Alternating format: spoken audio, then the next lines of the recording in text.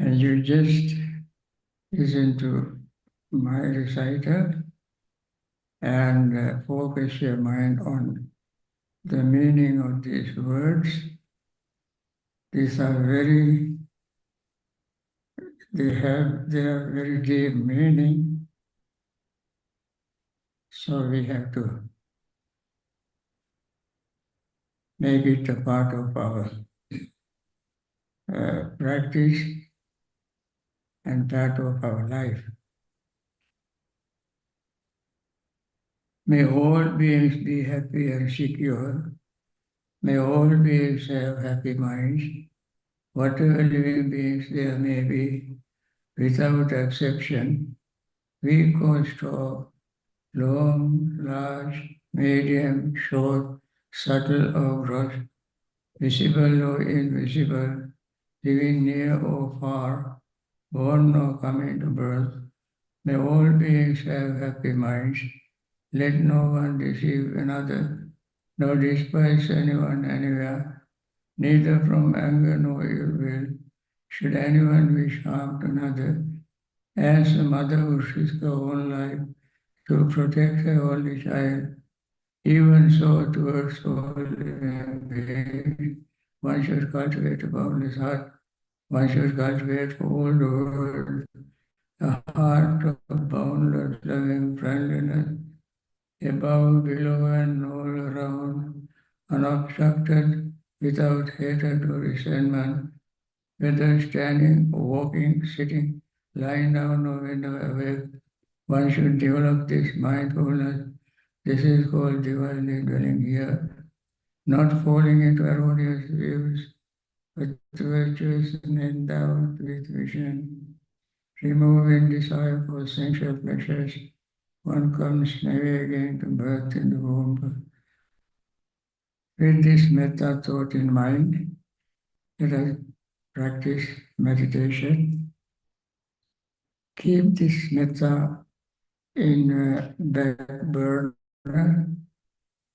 so that whenever resentment or anger appears, let it be quenched, disappear with the thought of loving friendliness, and you can nip in the bud right away when you keep this metta thought in mind.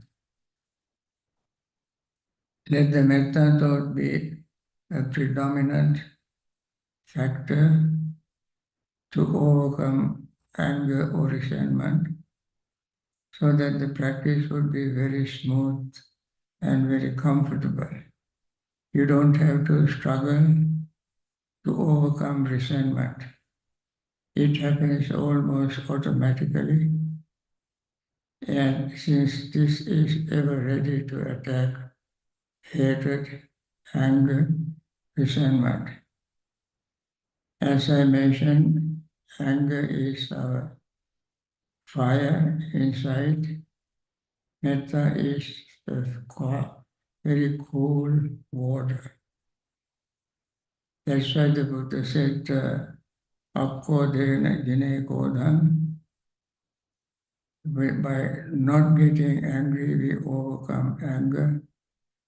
Not getting angry simply is not something negative or neutral, but it is the state where we practice metta, loving friendliness. And we don't have to struggle to overcome our anger. It always is ready, and so we have to keep it in mind. And let us practice meditation for the next 25 or 30 minutes, and then we start our Dhamma talk.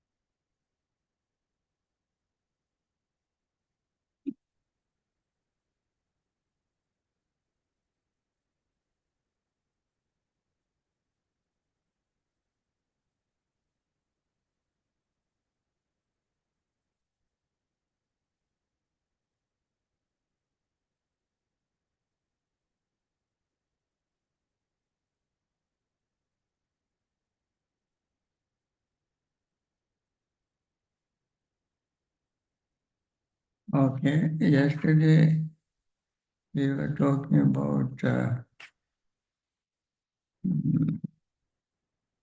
clear comprehension of the purpose. And I mentioned there are four types of clear comprehension: clear comprehension of the purpose, clear comprehension of the suitability, clear comprehension of the domain, and the clear comprehension of non-delusion. Today we start with clear comprehension of suitability. When we have purpose, we should find the means to reach the purpose. The means is called suitable means. Now, if you look at the discourse, every step of the four foundations of mindfulness is suitable for attaining the goal. The purification of mind, overcoming sorrow and lamentation, overcoming grief and pain and suffering, putting ourselves on the right path, and attaining Nibbana. To fulfill this fivefold purpose, every part of the discourse is suitable. Every part. For instance, mindfulness of breathing. The first part of the discourse, mindfulness of breathing. Mindfulness of breathing itself is enough to develop 7 factors of enlightenment and gaining 3 knowledges, vidya and umati. 3 knowledges is Pubbyanivasa Anusati Jnana, Parichitta Vijnana Jnana, and Asavakkhaya Jnana. These 3 knowledges together called vidya. There's a discourse in Madhyama Nikaya, Te Vidya, Siddhi Nikaya, Te Vidya Sutta. 3 vidya. And vimutti, liberation. Liberation is the final goal of this practice. Among the fivefold purpose, that's the last purpose, that realizing Nibbana. Even breath itself is enough, is suitable for attaining this stage. For example, you see in Anguttara Nikaya, there is a discourse called Marana Sati, second Marana Sati Sutta. The Buddha praised Marana Sati. Marana Sati means mindfulness of death. Mindfulness of death. Buddha asked monks, bhikkhus, do you practice mindfulness of death? One monk said, yes, Venerable Sir, I practice mindfulness of death. But if I live one lone day, that one day is enough for me to develop mindfulness of breath, mindfulness of death. Second monk said, Venerable Sir, if I live long enough to go my arms round, collecting food, come back to my kuti and eat it. If I live that long, I practice mindfulness of death and attain full liberation. Third monk said, Venerable Sir, if I have half a day and eat my meal and practice mindfulness, that time is enough to practice and attain liberation. Then fourth monk said, if I get my food and eat my food, if I live that long, that time is enough for me to practice mindfulness of death and attain full liberation. Other monks said, if I have one morsel of food in my hand, and if I live long enough to eat this and mind and swallow, that time is enough for me to practice mindfulness of death and attain full enlightenment. Last monk said, Venerable Sir, if I live long enough to take one inhaling and make one exhaling, that time is enough for me to practice mindfulness of death and attain liberation, full liberation. So, see, the mindfulness of breathing itself is enough, itself is suitable for achieving all these four purposes. How can one develop mindfulness of death and attain full liberation during the time he takes one inhaling and makes one exhaling? How is it possible? How can it be suitable? As I said yesterday, even in one inhaling, the inhaling breath is not one unbroken cylindrical object.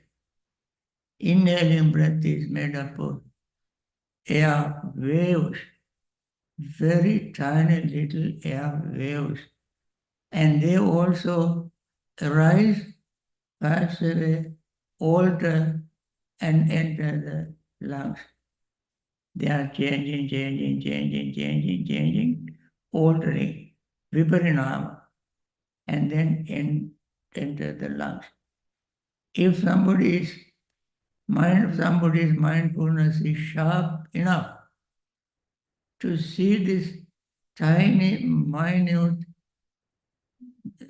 air waves and see them being impermanent, then that person can develop his wisdom into seeing the entire five aggregates impermanent, unsatisfactory, and selflessness. And even that little breath is suitable for attaining liberation, let alone others. In this discourse, I mentioned 21 times the we develop insight. So each part is enough. So that is suitability. So that is the second clear comprehension. Third clear comprehension is called clear comprehension of domain. Gochara sampajanya. Gochara means domain. In various places, Buddha says, Satipatthana gocharo. Satipatthana gocharo. Gochara means, go means cow. In Pali, go means cow. Chara means grazing area. Chara, the field. The field where cow graze, eat grass, is called go-chara. So, mindfulness meditators' domain is four foundations of mindfulness. Buddha gave very beautiful simile. It's a very beautiful, tiny little story in Samyutta Nikaya. Quail and hawk. Quail is very tiny little bird. Hawk is very big bird. The Buddha said this, because once in the past a hawk suddenly swooped down and seized a quail. Then, while the quail was being carried off by the hawk, he lamented. This is what the Buddha said. We were so unlucky, or so little married.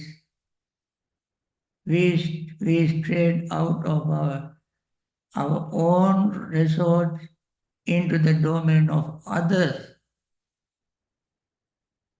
If we had stayed in our own resort today, in our own ancestral domain, this hawk would not have stood a chance against me in a fight. He said. But what is your own resort? Well, what is your own ancestral domain? The hawk asked him. Then Quail said, that freshly plowed field covered with clot of soil, that is his domain. There's a paddy field, they plowed and had big cloth of mud. That is our ancestral field. Ancestral field. Then hawk, confident of her own strength, not boasting of her own strength, released the quail, released the quail, saying, go now, quail. But even there, you won't escape me. Then because the quail went to a freshly plowed field covered with clod of soil, having climbed up on a large clod, he stood there and addressed the hawk. Now he was there and he addressed the hawk and said, come, get me. Come, get me, hawk. Come, get me now, hawk. Then hawk, confident of her own strength, not boasting of her strength, folded up both her wings and suddenly stooped down on the quail. But when the quail knew that hawk has come close, he slipped inside that cloth like this, and hawk shattered her breast right on the spot. So hawk, although she was very big, she could not find the quail because she hid under the cloud of mud. So it is because when one stays out one's own ancestral domain of others, they will, the Mara will catch them. Mara will get them. Therefore, because do not stretch out your own resort into the domain of others. Mara will gain access to those who stayed outside their own resort into the domain of others. Mara will get hold of them. So,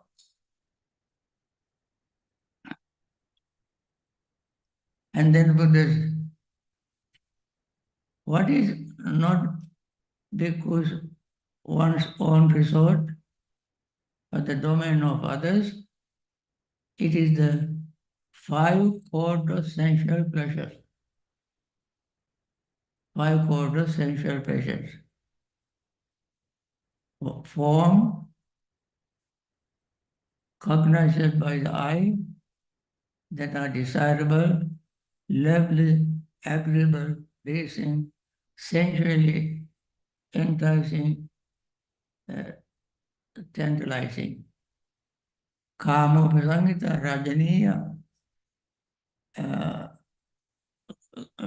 what do you call, no, Itta, Kanta, Manapa, Piya, Rupa, Kamopasangita, Rajaniya. 6 qualities. Itta, desirable. Kanta, lovely. Manapa, agreeable. Pleasing, Piyarupa. Sensually, Kamopasangita, sensually enticing. And Rajaniya, tantalizing. If when we practice meditation, if we are not mindful enough to guard our senses, then let our mind go to those objects that we have seen with our eyes, heard with our ears, smelled with our nose, tasted with our tongue, touched with our body, and thought, and these are the five codes of sensual desire, pleasures, codes of sensual pleasure, 5. If we do not restrain them during meditation, all these form, feeling, perception, thought, and consciousness, all of them will be bombarded by sensual desire. And therefore, this is only, Buddha mentioned only form, body. That goes along with others also. Nose, tongue, body, and these 5.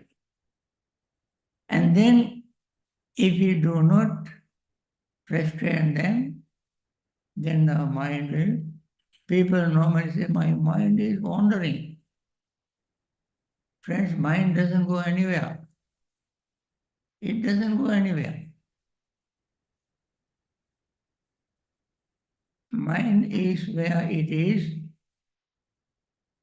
but it recollects, remembers millions and millions of things that we have seen, heard, smelled, touched, tasted, and touched. We remember. They all are stored in our subconscious mind, all of them. And when we try to make my mind quiet, calm, concentrated, then they stir up. There 1, 2, 3 millions and millions of thoughts are there.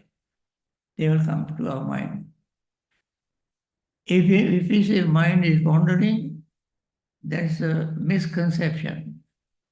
Don't say mind is going anywhere. For instance, when somebody dies, you remember that person.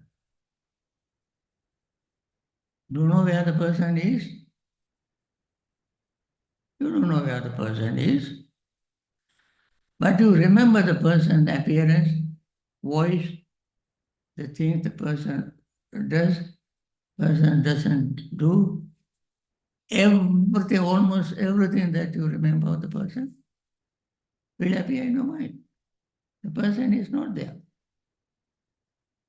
So you cannot say the mind is gone. It is not gone anywhere. And therefore, when we meditate, we always must look into our own mind. This is what is called introspective investigation. Introspectively, inside, not outside. And therefore, that is our domain. If we open any of these doors to come all this hidden information, then that it is just like opening floodgate. Opening like floodgate. Everything will rush to your mind. And that's what the Buddha said. This story is very, very beautiful story. You remember there's a very famous story in the Bhagavad Attakatha. That is uncle and nephew. So nephew received a piece of cloth. It's very expensive, so very soft. He thought, I offer this to my uncle. He also was a monk, enlightened monk. So this monk was sitting, the young monk, his name is Sangharakita, he was fanning him because in India it is very hot. On summer day, he was fanning him. So before that, he offered this piece of cloth to the monk and said, no, thank you. I have enough robes. I don't need any more. Then said, please accept this so that I get more merits. He said, no, don't worry, you use it. I have enough robes. 3 times he requested, 3 times he refused to accept it. Anyway, he put it the clothes on the floor and then he started fanning. Then he thought, this is how his what do you call his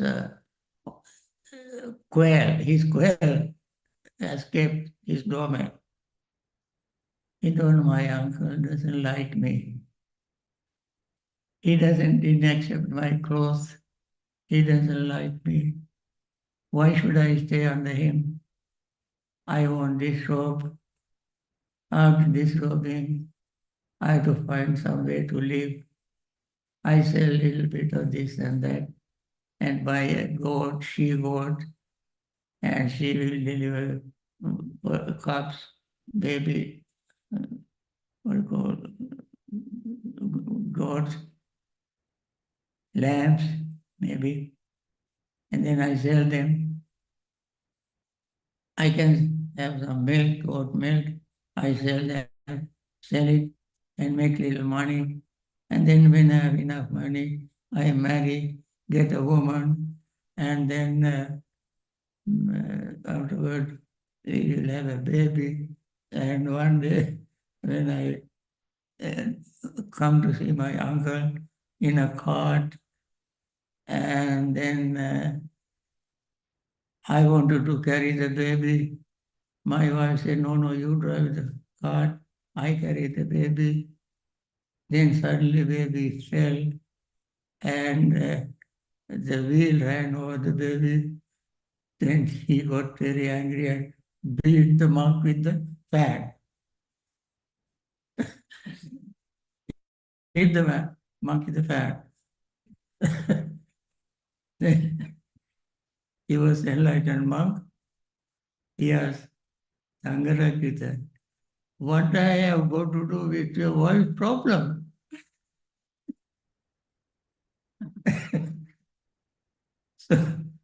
The nephew monk felt so embarrassed because his uncle was reading his thought. So this is this can really happen if we are not mindful.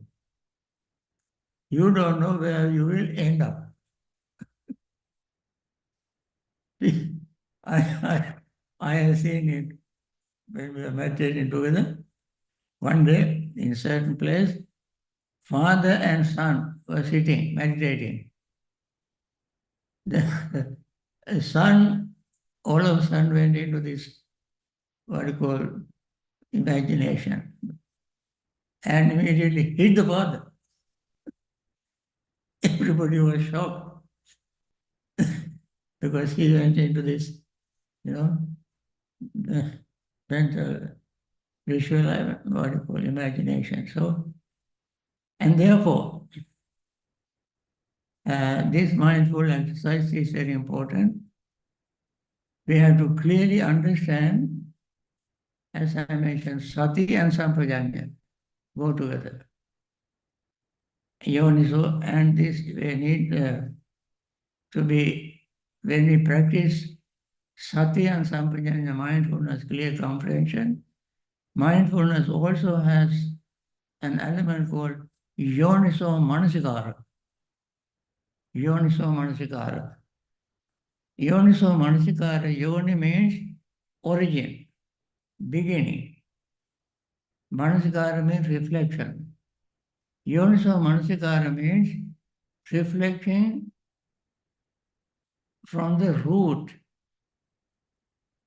As you know, there are 6 roots, 3 unwholesome roots, 3 wholesome roots.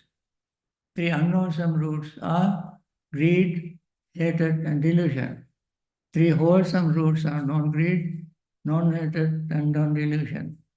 When a certain mental state arises, we must go to the root of it to diagnose it.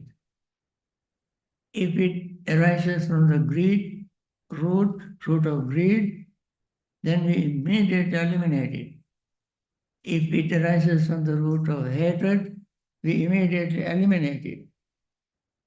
If it arises from the root of delusion, we immediately nip in the bud, get rid of it. If it arises from the root of generosity,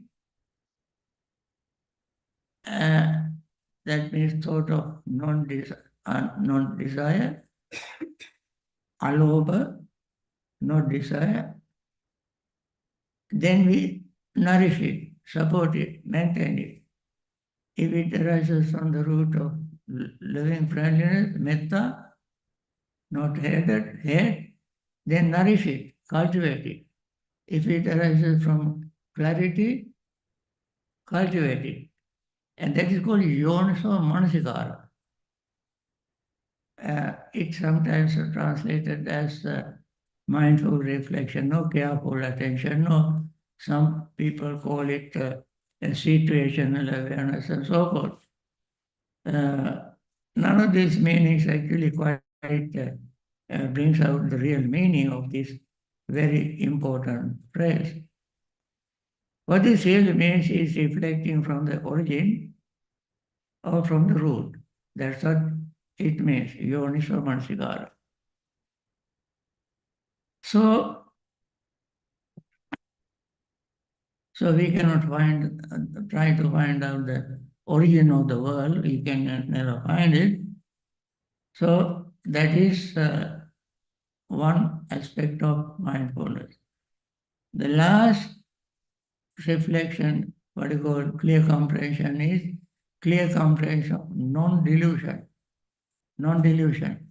We must clearly understand how these practices lead to the attaining of or realizing Nibbana, attaining of enlightenment. That is in in short, four kind of clear comprehension. Now we come to the next section of mindfulness practice. In the discourse, you can see it. That is called mindfulness of impurities of the body. And that is called sometimes 32 parts of the body. In fact, in the discourse, you don't find 32. You find only 31. 31 parts of the body. But in some other places, you can find 32. 30,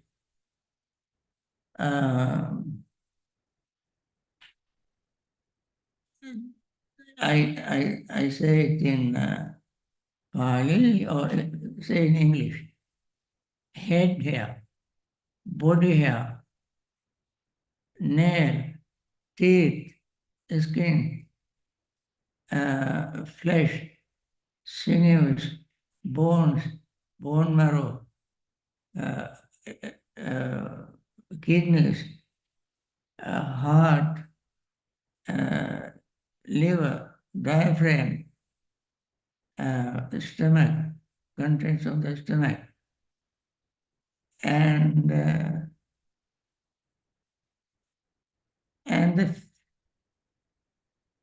yes, feces. Then blood, phlegm, pus, uh, blood, sweat, uh, synoid fluid, mucus, phlegm, saliva, ear wax, and urine. And these are 32 parts. And Buddha said, give an example. You can see the example. Just like you put certain grains into a bag which has two openings. Bottom opening you close and put grains into the bag. They are rice, hill rice, moong dal, sesame seed, rice, and so forth. So you open it and ask someone with clear eyesight to look into it and identify these grains. So the person will identify them. This is such and such, this rice, this is wheat, this is moong, this is sesame seed, this mustard seed, and so forth. Now, similarly, one would look at them exactly as they are. Now, no one look at the bag and say, this is rice. I like it. This is moong dal. I hate it. Like that, without any emotional reaction, you look at them. This part of meditation has to be, you practice very, very carefully and mindfully. Otherwise, people can get into a lot of trouble. Lot of trouble. I give you some examples. One you find in Samyutta Nikaya, and same story is repeated in Vinaya Mahavagga. The Samyutta Nikaya story is this. On one occasion, the Blessed One was dwelling at Vesali in the great wood in the hall with a peaked roof. Now on that occasion, the Blessed One was giving the bhikkhus a talk on foulness in many ways, was speaking praise of foulness, was speaking in praise of the development of the foulness of meditation. Then the Blessed One addressed the bhikkhus. Bhikkhus, I wish to go into seclusion for half a month. I should not be approached by anyone except the one who brings my alms food. Okay? Even the Buddha wanted to have a retreat, 2 weeks retreat, because he was tired working with people, monks, nuns, laymen, day and night, almost even divine beings, all the time. So he was tired. And when he was tired, he said, no, I want to have a break. So he went for a retreat. After giving this instruction to monks, he went for a retreat, 2 weeks retreat. And said, anybody don't come to see me except the one who brings my food. Okay? With this agreement, he left. When he left, those bhikkhus thinking the Blessed One was giving talk of foulness in many ways, was speaking in praise of foulness, was speaking in praise of the development of foulness meditation, well developed to the development of foulness meditation in its many aspects and factors. Being repelled, remember, being repelled, humiliated, and disgusted with this body, they sought for an assailant. In one day, 10 bhikkhus used the knife, or in one day, 20, 30 bhikkhus used the knife. You see, what happened when they were meditating, they felt this body is so ugly, dirty, just like, beautiful young woman find dead carcass of snake around her neck or something very ugly, smelly something around her neck, and she feels very repulsive, so yucky feeling. This is how this monk felt. This body was so ugly, so dirty, so, repulsive, so it is not worth living. And the same story repeated in Mahavagga, Parajikapali. So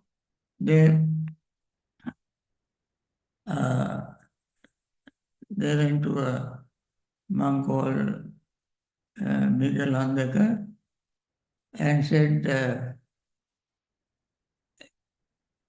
he was a fake monk.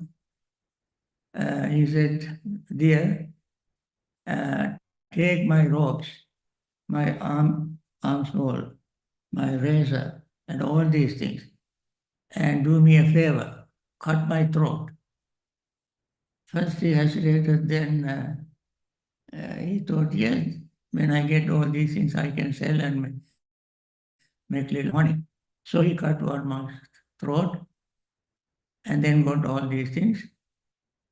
And he went from kuti to kuti, asking monks, do you want to attain enlightenment very quickly? I can send you to enlightenment. So cut his throat. He also cut 20, 30 monks' heads in one day. After 2 weeks, Buddha returned after his retreat.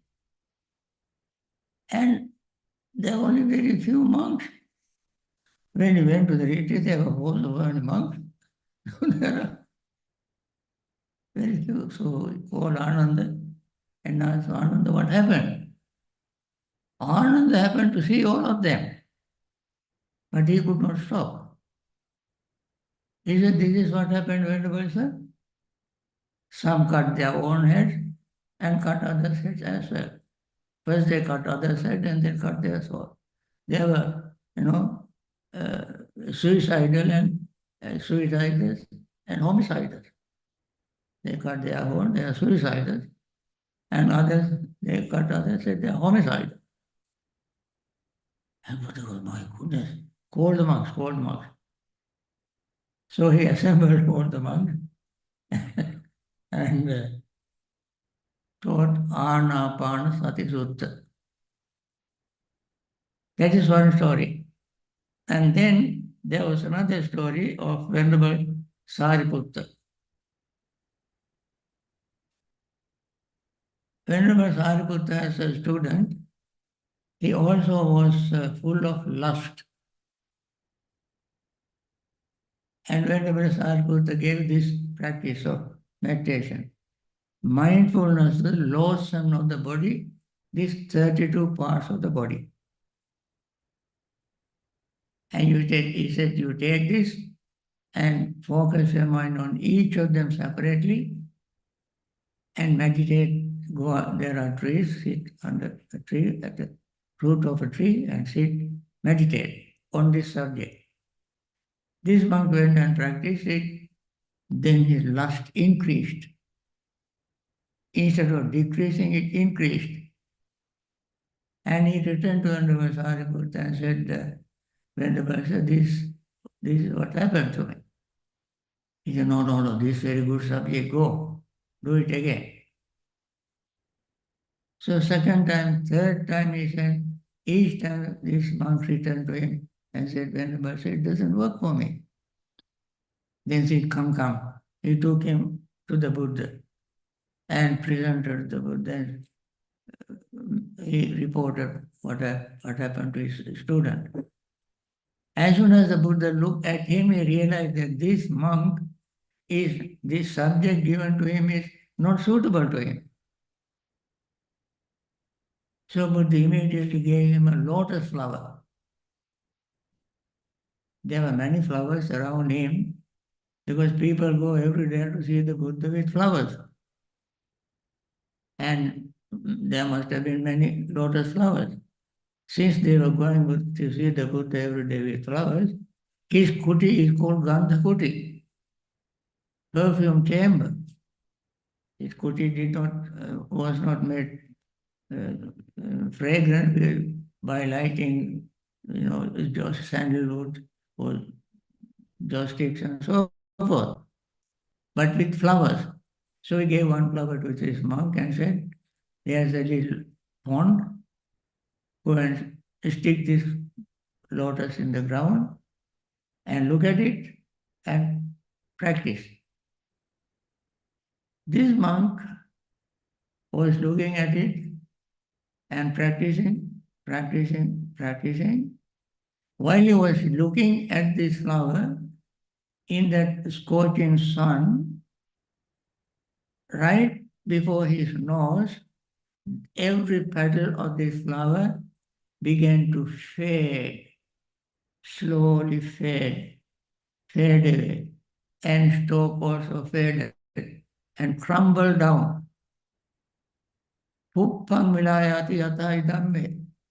Kayo tatayati vinasabam. This is what we say when you offer the flowers. Just as these flowers fade away, my body also is impermanent. That's what he said. As this lotus flower faded, my body also is impermanent. That instant he attained enlightenment. And Buddha immediately appeared before him and said,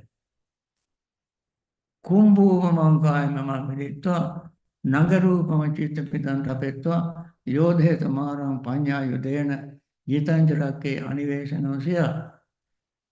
Look at the body like a clay pot. It is brittle. Anytime it can break. Nagarupama chitta pitan tapetva. Look at the mind like a city. City has all kinds of activities. Yodhe tamaram panya yudhena. Defeat the Mara with weapon of wisdom. Jitanjara ke anivesano siya. Protect what you have gained without making it your domain, your house. You gain something, once you gain it, don't stay there making it your home. There's a very powerful teaching, very meaningful teaching. You know, when you fight to gain something, say fight to gain a little piece of land, then you settle there one garrison, you know, some soldiers to protect it. Otherwise, the enemy will come and recapture it.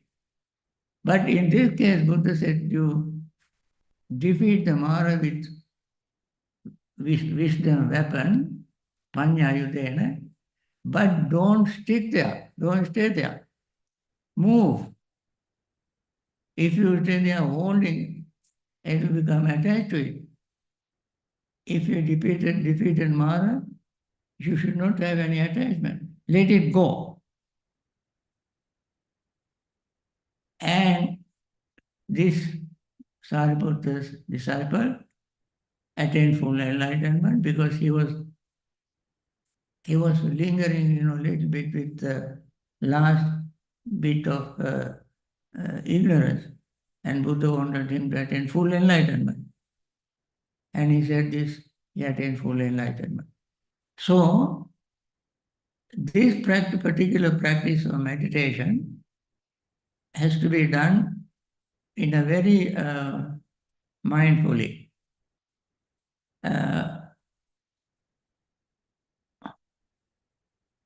So, in the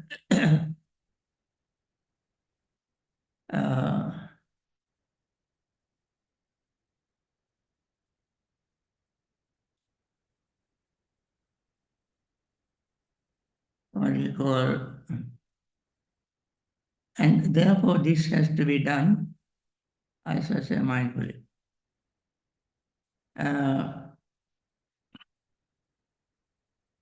Okay. And the way to do this mindfulness, this part of meditation, is not to develop our hate, not to develop our hate to the body. Don't hate the body. Those people, monks who committed some suicide and homicide, hated the body. This meditation is not introduced to hate the body, but to see the body exactly as it is.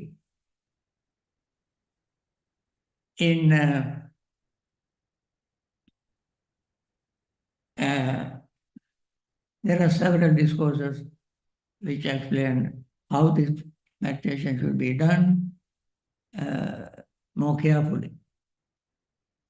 One is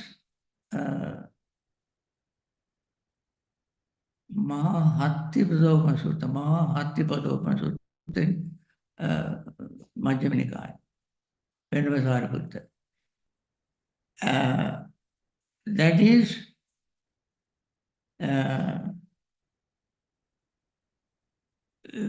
you see, each part of this body, head hair,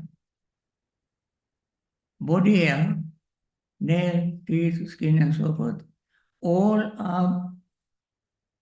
belong to earth element. Earth element. Earth element, internally or externally, are the same earth element. External earth element is impermanent, unsatisfactory, without self. Therefore, it is not mine, it is not I, it is not myself. Similarly, internal earth element is impermanent, unsatisfactory, and without self, and therefore None of them is mine. No, no, I am not them. They are not myself. So this is neutral, impartial way of practicing mindfulness of loathsomeness of the body. Patikula, patikula is against anukula. Anukula means going with the grain. Patikula is going against the grain. Buddha's teaching is patisotagami, not anusotagami. Patisota means going against the current, not with the current. With the current, going with the current means normally people think this body is beautiful or ugly. They say the beautiful body is beautiful. Nobody says body is ugly. Body is beautiful. And this you can see how this is called our perception. We perception in a certain way. For instance, we quote this example many times in the past in our talk. You have beautiful hair. Head hair, beautiful for you. You make all kind of things. You go to hairdresser and this and that. You don't let any gray hair, you color it and so forth. You go to gray. Suppose you're going to go to a party, so before go to party, go to the hairdresser and, hairdresser will put a lot of shampoo to get it to order. The hair is very orderly. So first a lot of shampoo and clean it and then do all sort of things and wash and wash and wash. Come home with clean hair. Clean hair. So long as it on his head, this is very clean and beautiful, and you like to show it off to people. Then when you try to eat a soup at the same time, one of these very clean, beautiful hair fall into a bowl of soup. What do? You throw away the whole bowl of soup because hair fell into the soup. When it was on the head, it is beautiful. Next moment, when it falls into the bowl of soup, it is ugly. How come? 1 second before it was beautiful, pleasant. Next second it is ugly. Isn't it?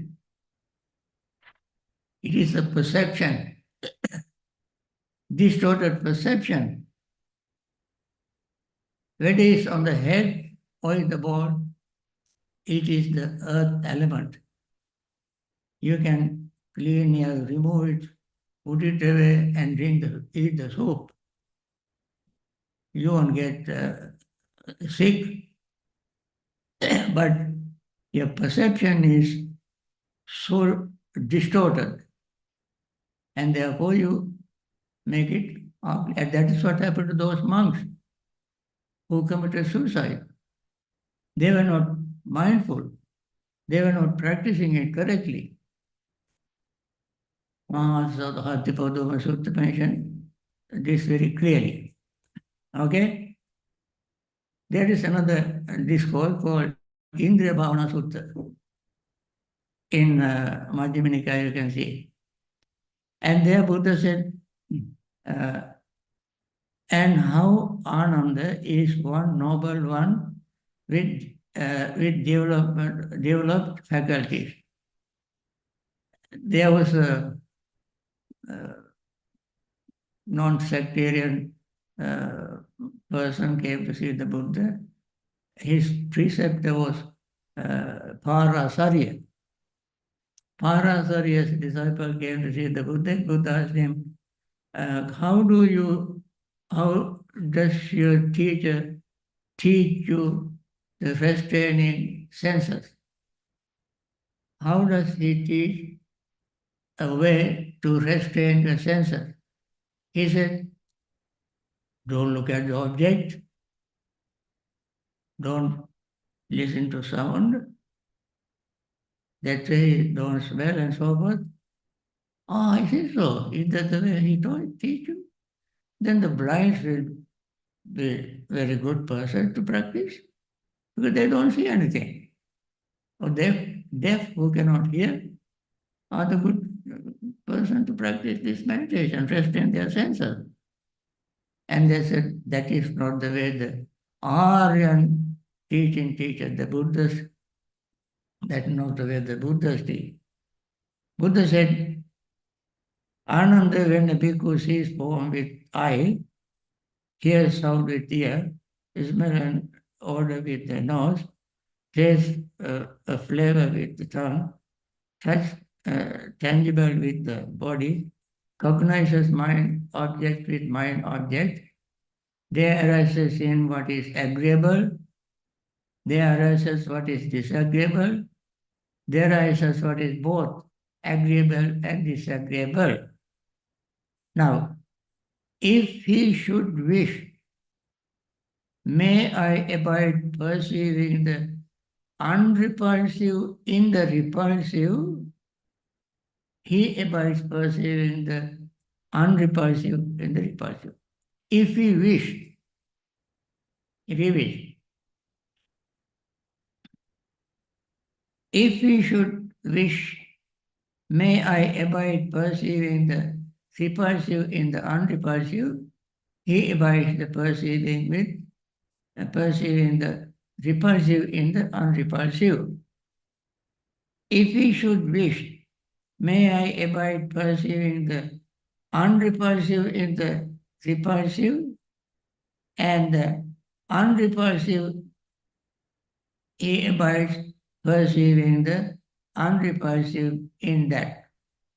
If we should wish, may I abide perceiving the repulsive in the unrepulsive and the repulsive, both repulsive and unrepulsive, he abides perceiving the repulsive in that. If we should wish, may I avoid both the repulsive and unrepulsive, abide in equanimity, mindful and fully aware. So if he wants to be repulsive, he can look at it. Suppose his lust increases, then he wants to look at it in a repulsive way. Then it is repulsive. If he doesn't have that, if he wants to see it, look at all of them and develop equanimity, look at them and see their nature. Internal earth element is the same as external element. External earth element is impermanent, unsatisfactory, and selfless. External earth element also impermanent, unsatisfactory, and selfless. So he develops equanimity. All depends on what he wants to develop. And that comes from his inside. And therefore, this meditation, this section, is extremely important. I think since you heard the gong, we can continue the rest tomorrow. As I said, this discourse has so many, this is a very rich discourse.